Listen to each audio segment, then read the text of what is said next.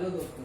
तो कैसे हैं आप सभी? आशा उम्मीद करता हूँ ठीक होंगे, स्वस्थ होंगे, तंदुरुस्त होंगे, मिला कर पढ़ाई कर रहे होंगे सब।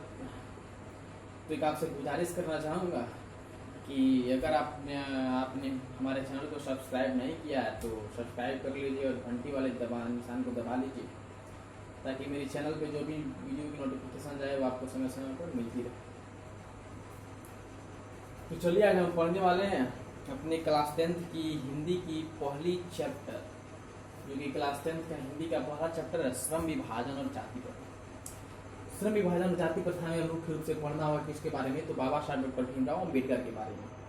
देखिए, बाबा साहब डॉक्टर भीमराव अम्बेडकर जो थे हमारे भारत के संविधान के रचयिता है। पूरा देश आज हमारे देश के कानून बनाए थे, पूरा देश आज उनको सलामी ठोकता है, हमारे देश के उच्च पदों पर विराजमान है वो।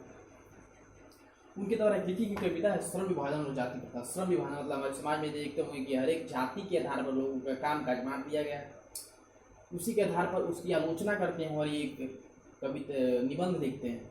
इस निबंध के बारे में आपको बताने वाले हैं, तो प्लीज़ आप चैनल को सब्सक्राइब कर लीजिए और घंटी वाले निशान को दबा लीजिए। तो देखिए, ये समझते क्या है। देखिए, श्रम विभाजन और जाति प्रथा, भीमराव अम्बेडकर, जो कि इसके लेखक कौन है? भीमराव अम्बेडकर। लेखक कौन है? भीमराव अम्बेडकर। जन्म कब हुआ था इनका? जन्म हुआ था 14 अप्रैल 1891 ईस्वी को महू मध्य प्रदेश के एक दलित परिवार में हुआ था।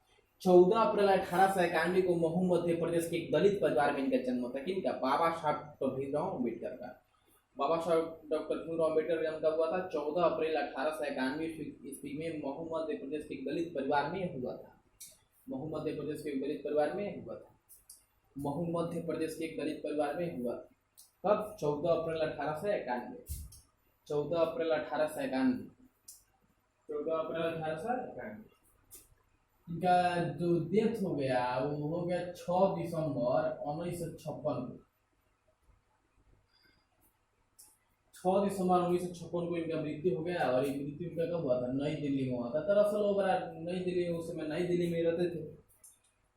मृत्यु 6 दिसंबर 1956 ईस्वी को इनका नई दिल्ली में मृत्यु हो गया। और इनका एक दूसरा नाम भी था, इनका एक दूसरा नाम भी था जो इनके पिताजी के नाम पर था। इनके पिताजी का नाम क्या था? अब इसी पता चल जाएगा। भीमराव रामजी अम्बेडकर। मतलब भीमराव इनका नाम था और इनके पिताजी का नाम था रामजी, और अम्बेडकर इनका टाइटल है। दरअसल इनके पिता का नाम क्या था? तो इनके पिता का नाम था, इनके जो फादर थे उनके नाम था रामजी मालोजी सकपाल। देखिए, रामजी मालोजी सकपाल कहने का मतलब है कि रामजी मालोजी सकपाल, क्योंकि मालोजी नहीं भी देता है तो यहाँ पर रामजी सकपाल भी देता है तो वो चलेगा, वो अच्छा है, सही रहता है। इनकी जो माता थी, इनकी माँ थी, उनका नाम था भीमाबाई। जो बाबा साहब की माँ थी उनका नाम था भीमाबाई। नाम क्या था उनका? भीमाबाई।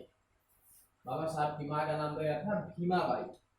इनकी माँ का नाम था भीमाबाई। ये अपने बाबा साहब जो थे अपने माता पिता के 14वें संतान थे। अपने माता पिता के 14वें संतान थे, मतलब 14 नंबर पे आते थे बाबा साहब।